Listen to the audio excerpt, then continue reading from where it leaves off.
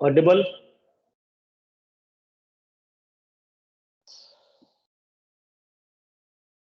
Am I audible, children?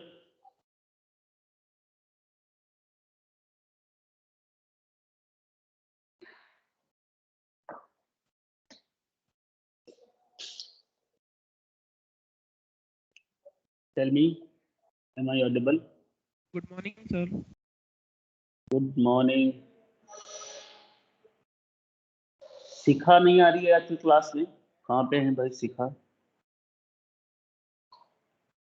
और सारे प्रांजल,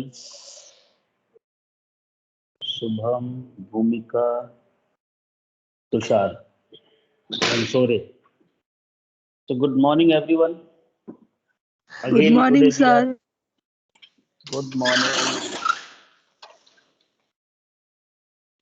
तो सबकी मस्ती हो रही है घर में, पढ़ाई लिखाई तो हो नहीं रही है, क्यों भाई? अच्छा टाइम पास हो रहा है घर पे, स्कूल भी नहीं आना है, मस्त घूमो, क्लास मन हो करो, मन हो नहीं करो, क्यों? सर बताओ.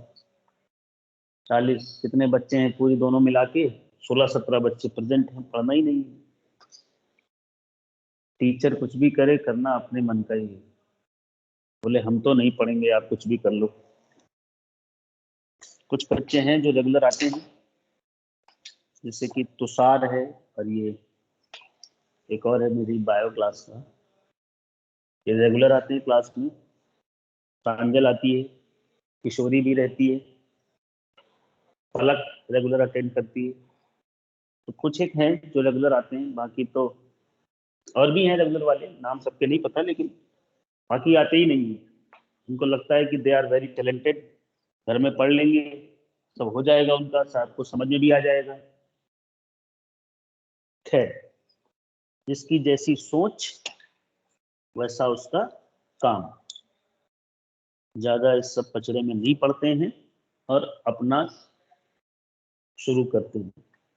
लास्ट क्लास में मैंने ली चैटेलियर्स प्रिंसिपल एक्सप्लेन किया था और सबको समझ आ गया था क्या कंसेप्ट था ली चैटेलियर्स का प्रिंसिपल. उसको करने के बाद वहां से केमिकल इक्विलिब्रियम खत्म हो जाता है. हमने जब स्टार्ट किया था पढ़ाना केमिकल इक्विलिब्रियम, तो हमने कहा था this chapter is divided into 2 parts.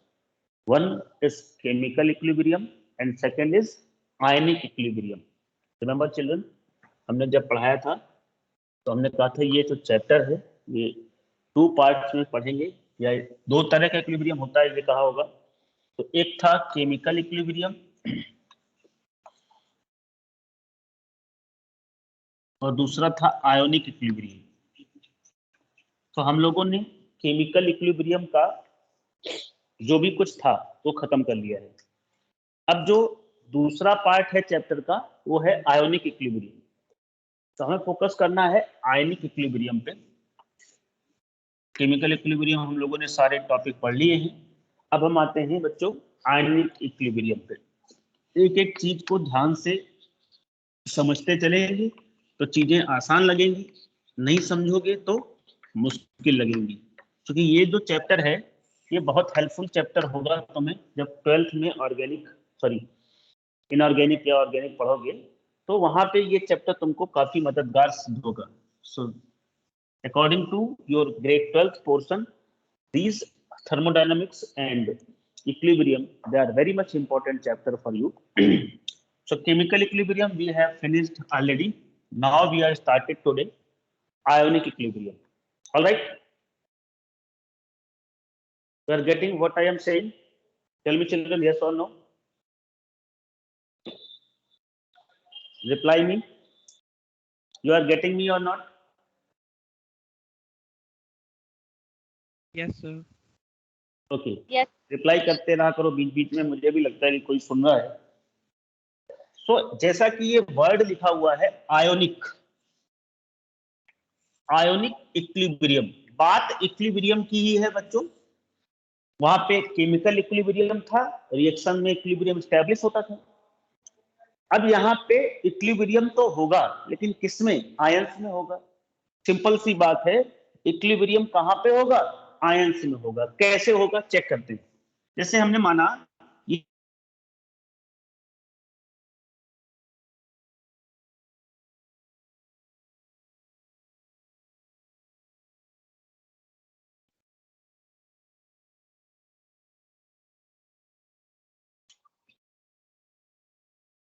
और यहाँ पे रिवर्सिबल का साइन बना हुआ है और ये बना रहा है ए बी। ध्यान से देखे ना, ये दोनों क्या है बेटा, आयंस हैं। These two are ions and this is molecule. और ये कब हो रहा है, इक्विलिब्रियम में हो रहा है सब। ये आयंस हैं और ये इक्विलिब्रियम है। मॉलिक्यूल समझ आ रहा है, ये मॉलिक्यूल है और ये आयंस है। तो जब आयंस में इक्विलिब्रियम एस्टैब्लिश होता है तो उसी को हम कहते हैं आयोनिक इक्विलिब्रियम। जब आयंस में इक्विलिब्रियम एस्टैब्लिश होता है तो उसको आयोनिक इक्विलिब्रियम कहते हैं। आयंस है और उससे मॉलिक्यूल बन रहा है। और देख लो, ऐसे एक A प्लस और हमने मान लिया कि ये X माइनस है, रिवर्सिबल का साइन बनाएंगे तो यहां से बन रहा है C प्लस और Z माइनस, C प्लस और ये Z माइनस। यहां पे क्या है, दोनों ही तरफ आयंस हैं, इधर भी आयन है और इधर भी आयंस है। तो आयन या मॉलिक्यूल या दोनों तरफ आयन हो तो वहां पे जो इक्विलिब्रियम स्टैब्लिश होता है उसको हम लोग क्या कहते हैं, उसको हम लोग कहते हैं आयोनिक इक्विलिब्रियम। जब आयंस के बीच में इक्विलिब्रियम स्टैब्लिश होता है उसको कहते हैं आयोनिक इक्विलिब्रियम। चलो एक और एग्जांपल लेते हैं, CH3 COOH 1 2 एथेनोइक एसिड। ये हमने लिया एक्वस स्टेट में, बहुत पढ़ने को मिलेगा इस चैप्टर में। एक्वस स्टेट में लेने पे क्या होता है, ये CH3 COO माइनस और H प्लस में ब्रेक होता है। तो ये क्या था बेटा, ये था मॉलिक्यूल, मॉलिक्यूल था। मॉलिक्यूल किस में ब्रेक हो रहा है, आयंस में। तो ये एक आयनिक इक्विलिब्रियम का रिएक्शन लिखा है। This reaction belongs from ionic equilibrium. CH3 COOH aqueous does break down into CH3 COO minus plus H plus। तो ये इसमें ब्रेक होता है। समझ आ रही है बात, कंसेप्ट घुस रहा है दिमाग में। अभी इससे पहले हम क्या पढ़ते आए, रिएक्शंस पढ़ते आए, मॉलिक्यूल्स टू मॉलिक्यूल्स रिएक्शन होती थी, compound to compound, element to element. अब क्या होगा, आयंस आएंगे, सिंपल सी बात है। आयंस आएंगे, इक्विलिब्रियम एस्टैब्लिश होगा तो आयनिक इक्विलिब्रियम होगा। कुछ आ रहा है समझ में, टेल मी। Yes sir. अगर बोलने का मन नहीं किया करे तो थंब इंप्रेशन दे दिया करो, मुझे दिख जाता है यहाँ से, ठीक है। लेकिन उससे लगता है कि तुम सुन रहे हो। तो ये कंसेप्ट है इसका। अब देखो, आयनिक इक्विलिब्रियम हमें पढ़ना है और आयनिक इक्विलिब्रियम होता कहां पे है, कैसे होता है या क्यों होता है। These are so many question in our mind. So ionic equilibrium के लिए सबसे पहले एक साइंटिस्ट आए, फैराडे। इरेज कर दूं मैं इसको, नोट कर लिया, नहीं किया है तो इसकी रिकॉर्ड हो रही है, मिल जाएगी रिकॉर्डिंग। एक साइंटिस्ट आए, फैराडे। क्या नाम था, माइकल फैराडे। जैसे माइकल जैक्सन था वैसे ही माइकल फैराडे थे। वो डांस करता था और ये साइंटिस्ट थे भाई साहब। तो माइकल फैराडे ने कहा कि आयंस जो होते हैं वो क्या करते हैं,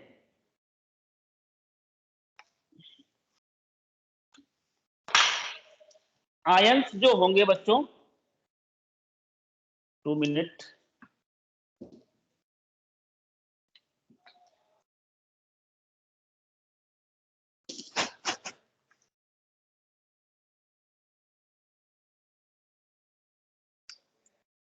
तो पहली बात तो ये कि जो आयन होते हैं बेटा, वो आयन्स हमारे कहाँ पे होते हैं? एक्वस स्टेट में मिलते हैं।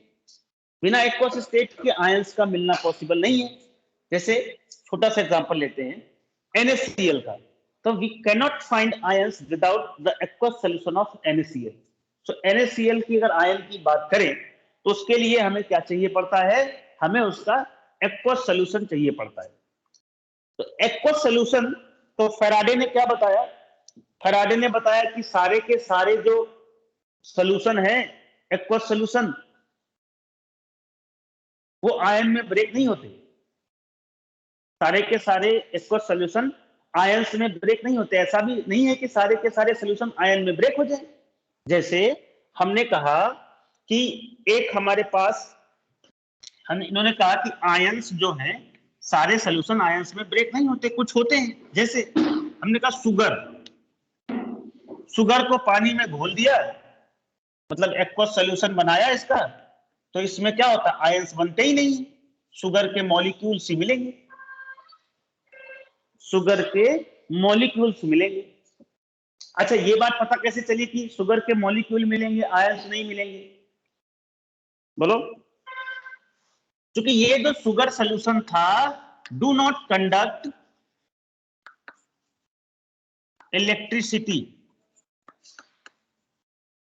डू नॉट कंडक्ट इलेक्ट्रिसिटी, ऐसा फैराडे ने कहा कि ये शुगर आयंस अगर होते तो इलेक्ट्रिसिटी का कंडक्शन हो जाता, लेकिन यहां पे तो आयंस है नहीं, तो कंडक्शन ऑफ इलेक्ट्रिसिटी पॉसिबल नहीं है। इलेक्ट्रिसिटी डू नॉट कंडक्ट, यहां पे आयंस नहीं है शुगर सॉल्यूशन में, तो ये इलेक्ट्रिसिटी कंडक्ट नहीं करा सकता। ठीक है। अभी दूसरा सॉल्यूशन ले लिया हमने सॉल्ट का, सॉल्ट ले लिया हमने, सॉल्ट सॉल्यूशन, सॉल्ट सॉल्यूशन में क्या होगा बच्चों? बोलो। सॉल्ट सॉल्यूशन में आयंस होंगे, सॉल्ट सॉल्यूशन में क्या होंगे? आयंस होंगे। कैसे पता चलेगा आयंस है वहां पे? Because it can conduct electricity, conduct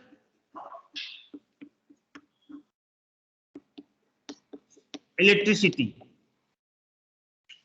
अच्छा, यहां पे आयन के साथ में मॉलिक्यूल भी हो सकते हैं, कोई परेशानी की बात नहीं है, आयन के साथ में मॉलिक्यूल भी हो सकते हैं, नो वरी। तो शुगर सॉल्यूशन में मॉलिक्यूल मिल रहे थे, हमें पता भी है चीनी के घोल में बिजली का प्रवाह नहीं होता, sugar solution can not conduct electricity, but salt solution NaCl solution can conduct electricity, you know it? Tell me yes और नो? Yes sir.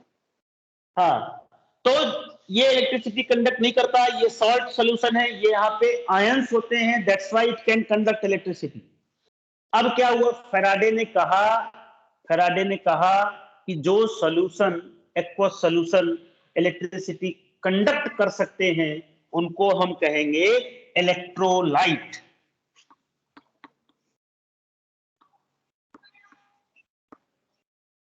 इलेक्ट्रोलाइट, और जो इलेक्ट्रिसिटी कंडक्ट नहीं कर सकते उनको कहेंगे नॉन इलेक्ट्रोलाइट।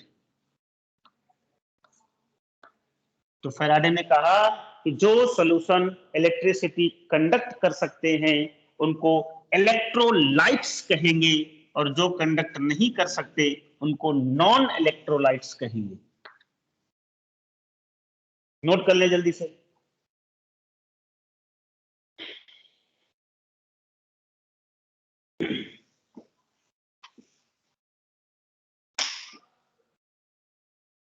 तो जो सॉल्यूशन इलेक्ट्रिसिटी कंडक्ट करते हैं, फ्लो ऑफ करंट कर सकते हैं, these are known as electrolyte, और जो नहीं कर सकते वो these are known as non electrolytes. Getting you are getting it? समझ में आ रही है बात? चलो, अब क्या हुआ कि इलेक्ट्रोलाइट आ गया हमारे पास। फैराडे ने कहा कि कुछ इलेक्ट्रोलाइट्स हैं,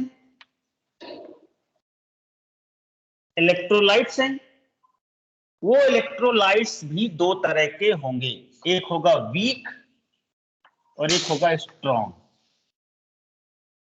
वीक इलेक्ट्रोलाइट और स्ट्रॉन्ग इलेक्ट्रोलाइट। अच्छा, इलेक्ट्रोलाइट्स हो क्या सकते हैं, कौन कौन सी चीजें इलेक्ट्रोलाइट्स हो सकती हैं? एसिड हो सकता है, बेस हो सकता है, सॉल्ट हो सकता है। इतनी चीजें तो होती है केमिस्ट्री में, या तो कोई चीज एसिड होती है, या तो कोई चीज बेस होती है, या तो कोई चीज सॉल्ट होती है। और भी कुछ होता है क्या? होता होगा, रिड्यूसिंग एजेंट, ऑक्सीडाइजिंग एजेंट, ये भी होती है। तो ये हमें पता है कि बेसिकली इतना ही हमारे केमिस्ट्री में है, एसिड, बेस और सॉल्ट। तो इलेक्ट्रोलाइट्स बेसिकली ये चीजें होती हैं, एसिड होते हैं, बेस होते हैं और सॉल्ट होते हैं। और इलेक्ट्रोलाइट्स बताए टू टाइप्स के होते हैं, वीक इलेक्ट्रोलाइट और स्ट्रॉन्ग इलेक्ट्रोलाइट।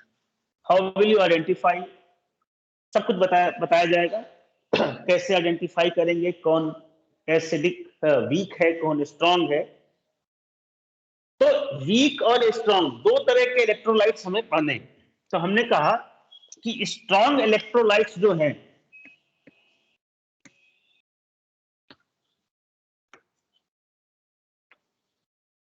स्ट्रॉन्ग इलेक्ट्रोलाइट्स जो हैं वो कैसे बनते हैं? वो बनते हैं स्ट्रॉन्ग एसिड से या स्ट्रॉन्ग बेस से। स्ट्रॉन्ग एसिड और स्ट्रॉन्ग बेस, स्ट्रॉन्ग एसिड और स्ट्रॉन्ग बेस। स्ट्रॉन्ग एसिड का मतलब होता है, अभी हमने पीछे पढ़ा था, डिग्री ऑफ डिसोसिएशन। ऐसे एसिड जो एक्वस सॉल्यूशन में 100% डिसोसिएट होते हैं, ऐसे एसिड और बेस क्या कहलाते हैं? स्ट्रॉन्ग एसिड और स्ट्रॉन्ग बेस। जो 100% डिसोसिएशन करते हैं, जैसे अगर हम ऑक्सैलिक एसिड की बात करें, या बेंजोइक एसिड की बात करें, या एथेनोइक एसिड की बात करें, वो सारे के सारे 100% डिसोसिएशन नहीं करते। वहां पे अल्फा जो है लगभग 5% होता है। लेकिन अगर हम H2SO4, HCl, HNO3 इनकी सब की बात करें, तो यहाँ पे 100% डिसोसिएशन होता है, अल्फा की वैल्यू 100% होती है। तो वहां पे वो एसिड और बेस, स्ट्रॉन्ग एसिड और बेस होते हैं।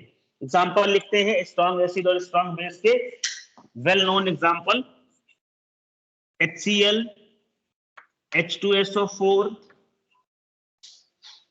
HNO3, और स्ट्रॉन्ग बेस में NaOH, KOH, CaOH whole twice, hydroxide of alkali metals. ये सारे के सारे क्या है? ये ऊपर वाले स्ट्रॉन्ग एसिड हैं, नीचे वाले स्ट्रॉन्ग बेस हैं। अच्छा, अब इस केस में सॉल्ट भी आते हैं स्ट्रॉन्ग इलेक्ट्रोलाइट के। तो क्या स्ट्रॉन्ग दिखते हैं? स्ट्रॉन्ग इलेक्ट्रोलाइट या स्ट्रॉन्ग सॉल्ट इलेक्ट्रोलाइट कह दो, जैसे NaCl। कैसे पता? क्योंकि Na और Cl दोनों कहां पे है? स्ट्रॉन्ग में मिल रहा है, तो ये तुम्हारा कैसा हो जाएगा? स्ट्रॉन्ग इलेक्ट्रोलाइट हो जाएगा। NH4Cl, ऑल्दो NH4 जो है वो वीक में आता है, लेकिन एक पार्ट तो Cl जो है वो इसमें अवेलेबल है स्ट्रॉन्ग में, तो ये भी क्या हो जाएगा? स्ट्रॉन्ग इलेक्ट्रोलाइट हो जाएगा। और हमारे पास एग्जांपल है Na2CO3। CO3 वीक में आता है, लेकिन Na स्ट्रॉन्ग में है। तो एक भी कंपोनेंट अगर स्ट्रॉन्ग का है तो वो स्ट्रॉन्ग सॉल्ट होता है, स्ट्रॉन्ग इलेक्ट्रोलाइट होता है। Mg2S ये क्या है? ये स्ट्रॉन्ग सॉल्ट इलेक्ट्रोलाइट है।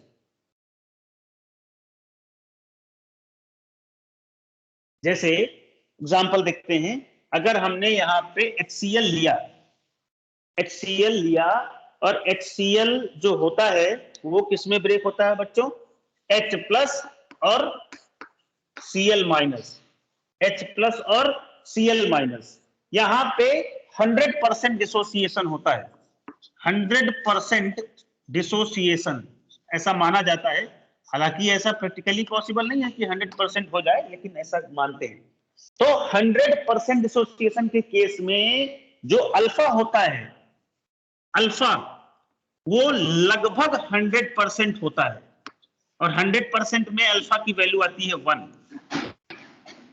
मतलब इसका ये है कि यहाँ पे 100% डिसोसिएशन HCl का हो रहा है।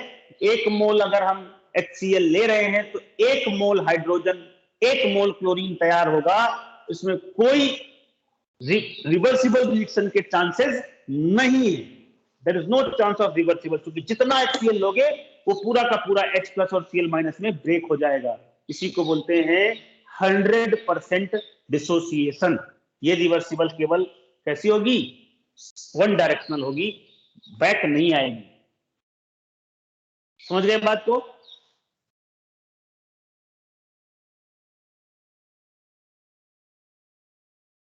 समझ आया? चलो, वेरी गुड। अब जो स्ट्रॉन्ग इलेक्ट्रोलाइट है, जब ये 100% डिसोसिएशन कर रहा है, जब ये 100% डिसोसिएशन कर रहा है, तो ये थोड़ा सा लेस इंपॉर्टेंट हो गया। मतलब इसको ज्यादा हमें पढ़ना नहीं है। हमें तो भैया वीक पढ़ना है, क्योंकि इलेक्ट्रिक कंडक्टेंस सब कुछ इसी पे निर्भर करता है। चलो कैसे करते हैं देखते हैं। अब आते हैं वीक इलेक्ट्रोलाइट।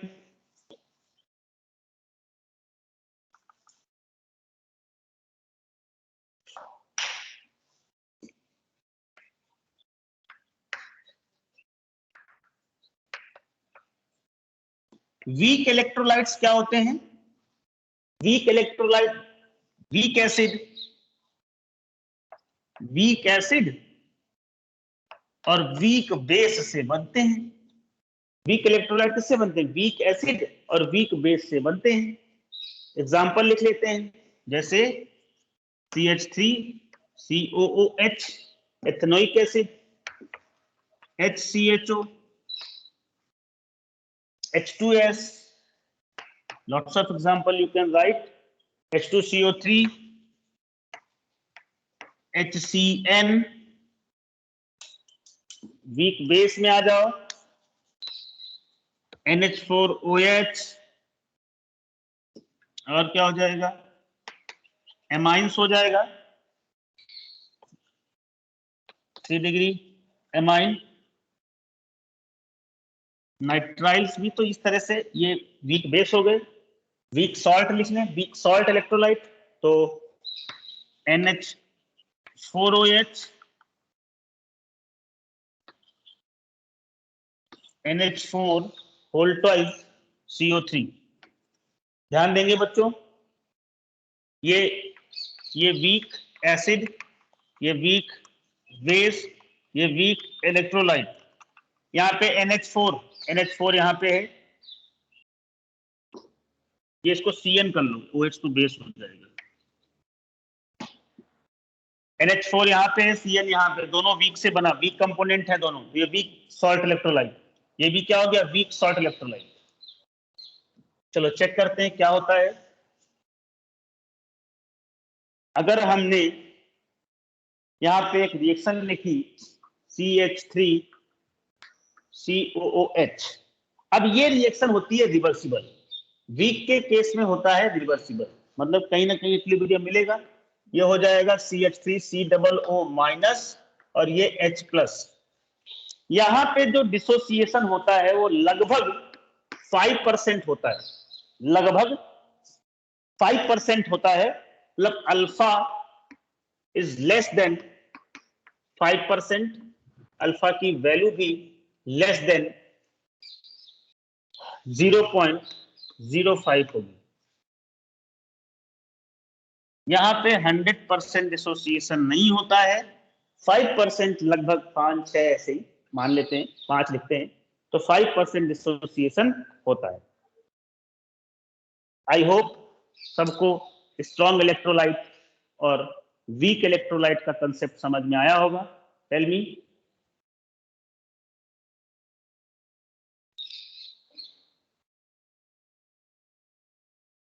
रिप्लाई करेंगे बच्चों, ये चीज समझ में आई सबको?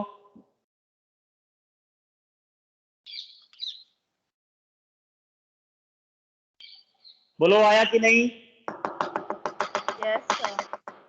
चलो, तो ये था स्ट्रॉन्ग इलेक्ट्रोलाइट, वीक इलेक्ट्रोलाइट, सब कुछ हो गया। अब इन सब चीजों को पहचानेंगे कैसे, एसिड होता क्या है, बेस होते क्या है, कैसे बेस एसिड पहचानते हैं, क्या डेफिनेशन है, तो बहुत सारी चीजें पढ़ने को मिलती हैं। तो पहले हम पढ़ेंगे एसिड और बेस की थ्योरीज। तो जो सबसे पहला थ्योरी था वो था आर्हीनियस कंसेप्ट।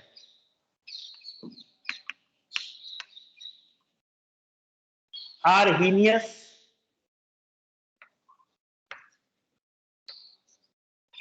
कंसेप्ट, एसिड और बेस के बारे में सबसे पहला जो कंसेप्ट था वो आर्हीनियस का था। क्या था? आर्हीनियस ने कहा, क्या कहा कि एसिड वो स्पीसीज होंगी, एसिड वो स्पीसीज होंगी जो एक्वस सॉल्यूशन में, जो एक्वस सॉल्यूशन में क्या करेंगी, H+ आयन देंगी, H+ आयन देंगी। तो कुछ लोगों ने कहा कि नहीं H+ आयन नहीं, हाइड्रोनियम आयन देंगी। दोनों बातें सेम है। बेस, चलो इसी को पहले प्रूफ कर लेते हैं। जैसे कि एक H+ आयन ले लिया, और अगर एक्वस सॉल्यूशन है तो पानी होगा। तो अगर एसिड होगा H+ आयन के साथ, पानी के साथ में, तो ये हाइड्रोनियम आयन बनाता है, H3O+। क्यों बनाता है भाई? क्या होगा, ये H+ आयन है, ये H+ आयन है, और पानी तो एक्वस सॉल्यूशन है ना, तो पानी तो होगा। अब H2O क्या होता है? H2O ये होता है, ये इसके पास होता है लोन पेयर। लोन पेयर जब है, और ये हाइड्रोजन क्या है, it is very small. Hydrogen के पास, हमारे पास क्या होता है, एक इलेक्ट्रॉन, एक प्रोटॉन, एक न्यूट्रॉन। अब ये प्लस आ गया तो मतलब एक इलेक्ट्रॉन तो चला गया, अब ये प्रोटॉन बचा, तो न्यूक्लियस है ना केवल। तो ये बेसिकली है तो H+ क्या प्रोटॉन होता है, H+ है, प्रोटॉन छोटा सा है। तो अब ये छोटा सा क्या करता है, इसके ऊपर जो पॉजिटिव चार्ज है वो इसको अट्रैक्ट करता है। किसकी वजह से? क्योंकि ऑक्सीजन के पास है लोन पेयर। ऐसे देखो, होता कुछ ये है, ये ऐसे, इसके पास 2 लोन पेयर ऐसे होते हैं। अब इसके पास लोन पेयर, तो ये इसको अट्रैक्ट करता है, और ये हाइड्रोनियम आयन का फॉर्मेशन कर लेता है। तो हाइड्रोनियम आयन ऐसे बनता है। समझ में आ गई बात? अच्छा, यहां पे ओनली पॉजिटिव आयन, ऐसे सॉल्यूशन जो केवल H+ पॉजिटिव आयन देते हैं वो एसिड होते हैं। ये आर्हीनियस का कंसेप्ट था। समझ आ गया? ये आर्हीनियस का कंसेप्ट था। बेस क्या थे? बेस आर्हीनियस के हिसाब से बेस क्या है? तो बेस वो स्पीसी है जो एक्वस सॉल्यूशन में OH- आयन देती है। ओनली OH- लिख लेंगे, ओनली OH- आयन देती है एक्वस सॉल्यूशन में। वो हमारे क्या होते हैं, वो हमारे एसिड, सॉरी वो हमारे बेस होते हैं।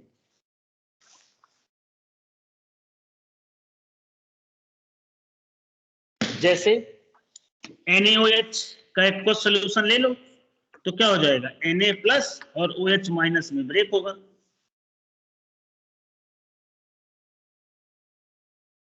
Na+ और OH- में ब्रेक होगा। तो OH- दे रहा है, मतलब आर्हीनियस के हिसाब से NaOH क्या है, बेस है। तो भाई आर्हीनियस के कंसेप्ट से एसिड क्या है, वो है जो H+ आयन एक्वस सॉल्यूशन में H+ आयन देते हैं। तो कौन कौन से हो जाएंगे, HCl, H2SO4, HNO3, जो जो H+ देगा वो सारे, CH3COH, HCHO, सॉरी HCOOH, तो भी H+ देगा वो सारे के सारे क्या होंगे, एसिड होंगे। प्लस देगा, वो सारे के सारे क्या होंगे, एसिड हैं। बेस बेस देख लो, NaOH, NH4OH, MgOH whole twice, CaOH whole twice etcetera, ये सारे के सारे बेस होंगे। अब कुछ कमी रह गई इसमें, क्योंकि तुम्हें पता है कि कैल्शियम ऑक्साइड CaO ये तो बेस है, लेकिन आर्हीनियस कह रहे हैं कि जो OH देगा वही बेस होगा। तो ऐसे बहुत सारी लिमिटेशंस थी जो ये नहीं बता पा रहे थे। जैसे हमने कहा कि हमारे पास है NaHCO3, NaHCO3 एक सॉल्ट है NaHCO3, ये आयंस में ब्रेक होगा तो Na प्लस और H प्लस मिलेगा और CO3 डबल माइनस मिलेगा। तो यहाँ पे पॉजिटिव दो आयन मिल रहे हैं, एक तो H प्लस और एक Na प्लस। तो क्या ये आर्हीनियस एसिड होगा? नहीं होगा, क्योंकि आर्हीनियस ने कहा केवल H प्लस पॉजिटिव आयन मिलेगा, वही हमारा आर्हीनियस एसिड होगा। तो यहाँ पे तो सोडियम भी मिल रहा है, मतलब ये एसिड नहीं है। जैसे CuOH, इसको एक्वस में ब्रेक करोगे तो क्या होगा बेटा, Cu+2 और OH माइनस और Cl माइनस, ये दो निगेटिव आयन मिलेंगे। तो क्या ये बेस है?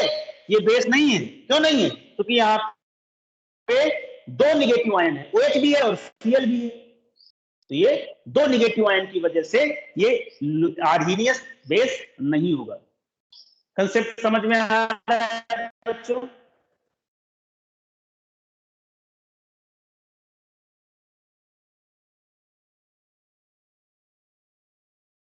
कॉन्सेप्ट समझ में आ रहा है?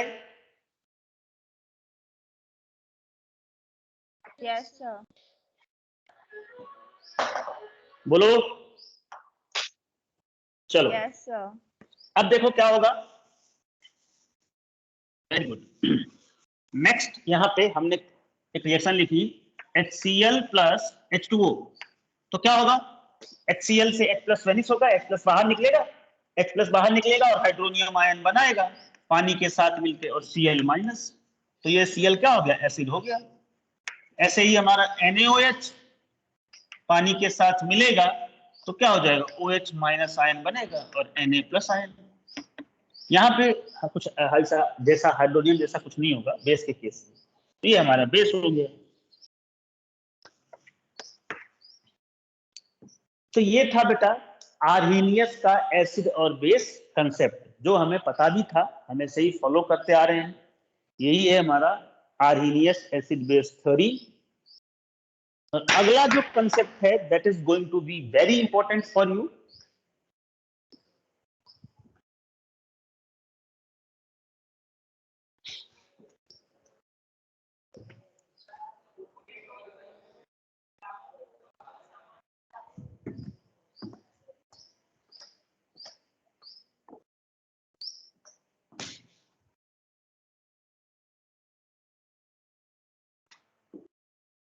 Next concept is going to be very important for you children.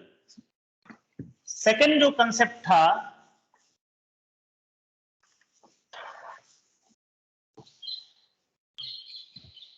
वो ब्रॉन्स्टेड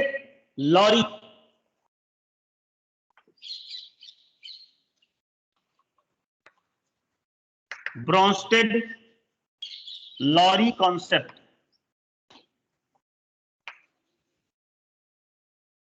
ये हमारा अगला है Bronsted Lowry concept, very important है ब्रॉन्स्टेड लॉरी कॉन्सेप्ट। अच्छा सा है। एसिड ब्रॉन्स्टेड लॉरी के हिसाब से एसिड क्या होंगे, प्रोटॉन डोनर। एसिड क्या होंगे, प्रोटॉन डोनर। प्रोटॉन क्या है? H प्लस ही तो होता है प्रोटॉन। जो H प्लस डोनेट कर सकता है वो एसिड है। बेस, बेस क्या होंगे? Proton acceptor. जो H प्लस एक्सेप्ट कर सकता है वो बेस है। H प्लस कौन एक्सेप्ट करेगा? जो निगेटिव चार्ज होगा, मतलब निगेटिव चार्ज वाला एसिड बेस है। और H प्लस डोनेट कौन कर सकता है? जो पॉजिटिव चार्ज वाला होगा। तो जो पॉजिटिव चार्ज वाला है वो एसिड है। ये है ब्रोंस्टेड लॉ का कॉन्सेप्ट।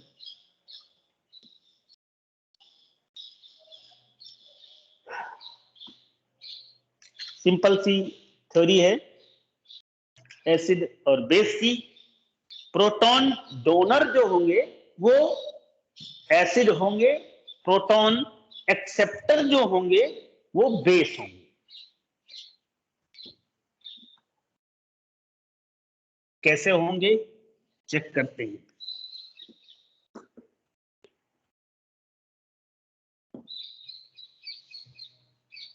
HCl प्लस H2O, अभी हमने इसकी रिएक्शन करके आए हैं पीछे HCl और H2O की। तो क्या होता था? हाइड्रोनियम आयन और Cl माइनस, हाइड्रोनियम आयन और Cl माइनस। तो यहां पे जो ये वाटर है, वाटर क्या कर रहा है बच्चों? H प्लस एक्सेप्ट कर रहा है। वाटर H प्लस एक्सेप्ट कर रहा है। तो जो एक्सेप्ट करता है वो क्या होता है? बेस। तो यहां पे पानी तो हो गया बेस। HCl क्या कर रहा है? H प्लस डोनेट कर रहा है। H प्लस डोनेट कर रहा है तो HCl हो गया एसिड।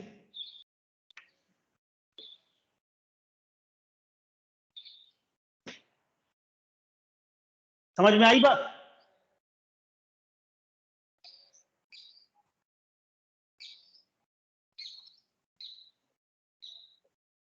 एक और एग्जांपल लेते हैं।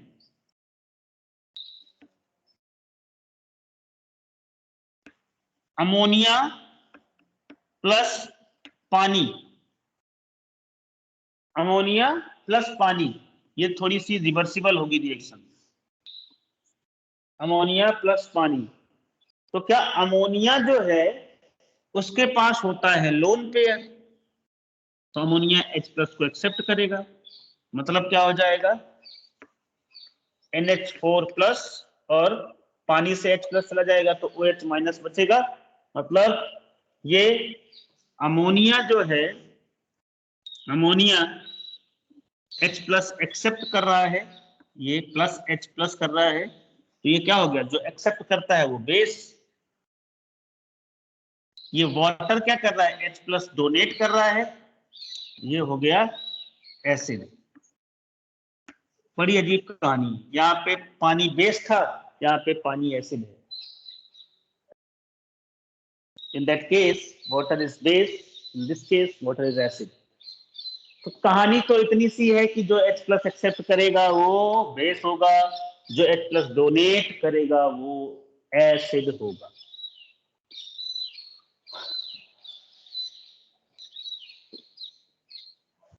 मिला देते हैं दोनों रिएक्शंस को, एसिड और बेस को। HCl प्लस NH3 क्या होगा? HCl और NH3, तो ये लोन पेयर है, ये H ले लेगा इसका, अमोनियम आयन बनेगा और Cl माइनस बनेगा भाई। ये H क्या कर रहा है? HCl डोनेट, H प्लस को डोनेट कर रहा है, तो डोनेट करने वाला एसिड। और ये NH3 क्या कर रहा है? एक्सेप्ट कर रहा है, तो ये हो गया बेस।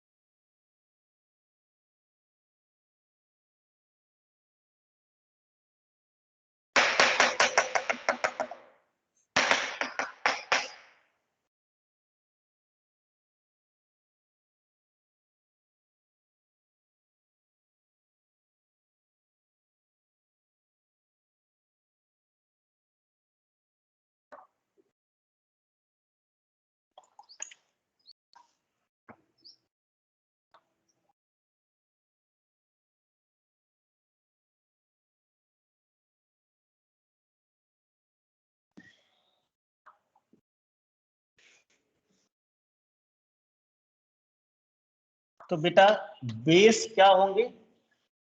जो एक्सेप्ट करेंगे, और एक्सेप्ट कौन करता है? जो पॉजिटिव चार्ज होगा। पॉजिटिव चार्ज स्पीसी, या फिर न्यूट्रल भी होंगी कुछ, चेक करेंगे। पॉजिटिव चार्ज स्पीसी,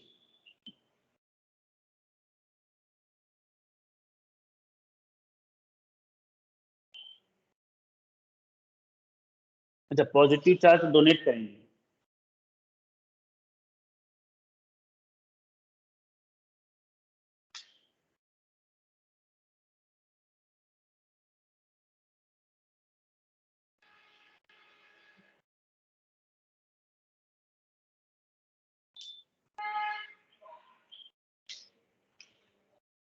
तो नेगेटिव चार्ज होगा। कौन कौन सी स्पीसी बेस होंगी? Cl minus, S -2, S -1, O2 minus, SO4 double minus, HSO4 minus, CO3 -2, HCO3 -1। ये सारी स्पीसी जहाँ पे होंगी वो बेस हैं, या यही सारे बेस हैं, ऐसे कह दो। न्यूट्रल में जैसे हमने अमोनिया की बात की, तो अमोनिया तुम्हें पता है कि यहाँ पे लोन पेयर होता है, तो नेगेटिव चार्ज है, तो ये एक्सेप्ट कर सकता है, ये भी एक्सेप्ट कर सकता है। एल्कोहल की बात कर लें, एल्कोहल में क्या होता है? ROH, तो ये वाले ऑक्सीजन के पास में लोन पेयर है, तो ये भी इलेक्ट्रॉन हाइड्रोजन को एक्सेप्ट कर सकता है। तो ये जो स्पीसी है ये सारी की सारी क्या है? बेस है। अच्छा कुछ अजीब बात हो गई, जैसे हम एक ले लें HCO3 माइनस, HCO3 माइनस। अब ये क्या करेगा बेटा? अगर एक इलेक्ट्रॉन एक्सेप्ट करेगा, मान लिया कि इसने एक हाइड्रोजन का आयन एक्सेप्ट किया, मतलब एक्सेप्ट कर रहा है हाइड्रोजन आयन, तो ये बनेगा H2CO3, H2CO3, H2CO3। और दूसरे केस में HCO3 माइनस, इसने एक हाइड्रोजन आयन को रिमूव किया, तो ये बन जाएगा CO3 -2। तो ये स्पीसी एक बार हाइड्रोजन मतलब प्रोटॉन को एक्सेप्ट कर रही है और एक बार प्रोटॉन को डोनेट कर रही है, एक्सेप्टर भी है डोनेटर भी है। अब ये क्या होगा? एसिड की बेस। तो भैया ब्रॉन्स्टेड लॉरी ने कहा कि ये होगा एम्फोटेरिक। ऐसी स्पीसी को हम क्या बोलेंगे? एम्फोटेरिक।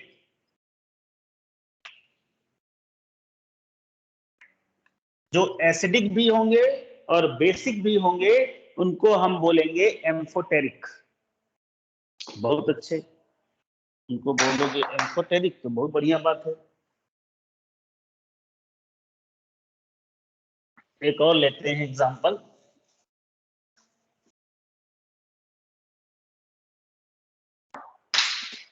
दूसरा एग्जांपल है HSO4 माइनस।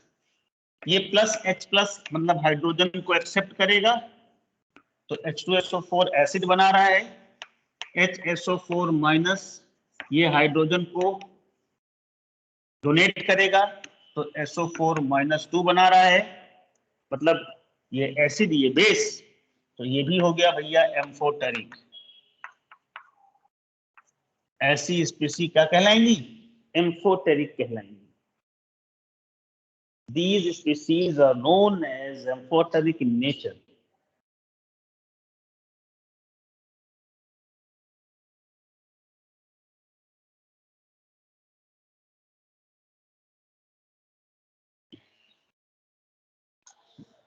एक इंपॉर्टेंट कंसेप्ट इसी से जुड़ा हुआ और है, क्या है?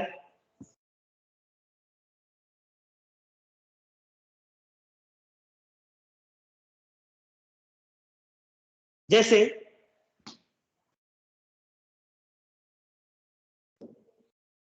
HCl और NH3 की रिएक्शन हमने लिखी, तो ये बना रहा है अमोनियम आयन NH4 प्लस और Cl माइनस।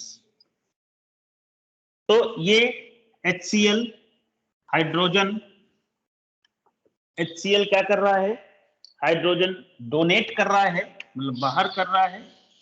जो डोनेट करता है वो एसिड होता है, और ये अमोनिया हाइड्रोजन एक्सेप्ट कर रहा है H+ आयन, तो ये बेस होता है। अच्छा, ये फॉरवर्ड रिएक्शन है, लेकिन मान लिया कि थोड़ा बहुत बैकवर्ड है, 1-2%, 4%, 5% ऐसे, थोड़ी सी भी अगर बैकवर्ड होगी तो क्या इसको इधर से देखो बच्चों, इस साइड से देखो, राइट साइड से देखो, ये NH+4 हाइड्रोजन को क्या कर रहा है, हाइड्रोजन को क्या कर रहा है, लूज कर रहा है, और ये Cl माइनस हाइड्रोजन को एक्सेप्ट कर रहा है। तो जो हाइड्रोजन को डोनेट कर रहा है, जो हाइड्रोजन को डोनेट कर रहा है वो हमारा एसिड होता है, तो ये हो गया एसिड, और जो हाइड्रोजन को एक्सेप्ट कर रहा है वो हमारा बेस होता है, तो ये हो गया बेस। हो गया कि नहीं? मान लिया थोड़ा बहुत, वैसे ये although it's 100% dissociation reaction, but in the case 1-2% it is backward direction, तो ऐसा होगा। इसको कहते हैं conjugate acid base pair, conjugate acid base pair, conjugate acid base pair।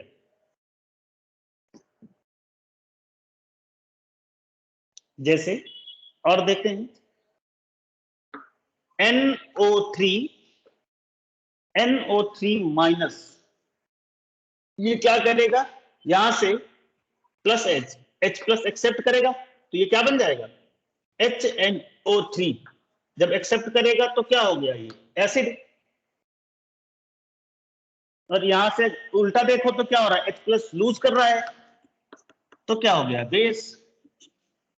इसी को बोलते हैं acid base conjugate pair, acid base conjugate pair. और ये सब जो है वैसे 5% ही है, लेकिन ऐसा पता होना चाहिए कि एसिड बेस कॉन्जुगेट होता क्या है। होप सबको ब्राउनस्टेड लोरी का कंसेप्ट समझ में आया होगा।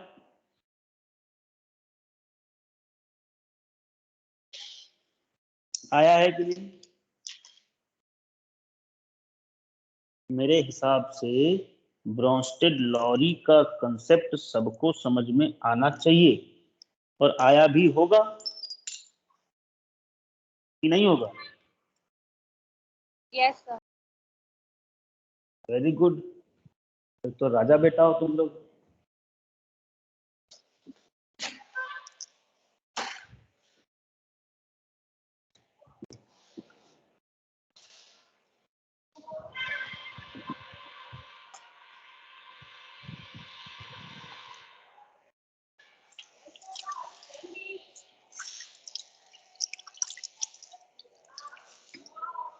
टाइम बचा है कुछ कि नहीं? टाइम है, यस और नो? कितना बजा है भाई, टाइम बताओ तो। Sir 4 minute. सर 2 मिनट बचे हैं, तो 2 मिनट सब लोग भगवान का ध्यान करेंगे, ईश्वर को याद करेंगे कि हे प्रभु, ये सुंदर सा जीवन देने के लिए धन्यवाद आपका। अपने माँ बाप का धन्यवाद देंगे और नेक्स्ट पीरियड के लिए तैयार होंगे। Thank you children, take care everyone.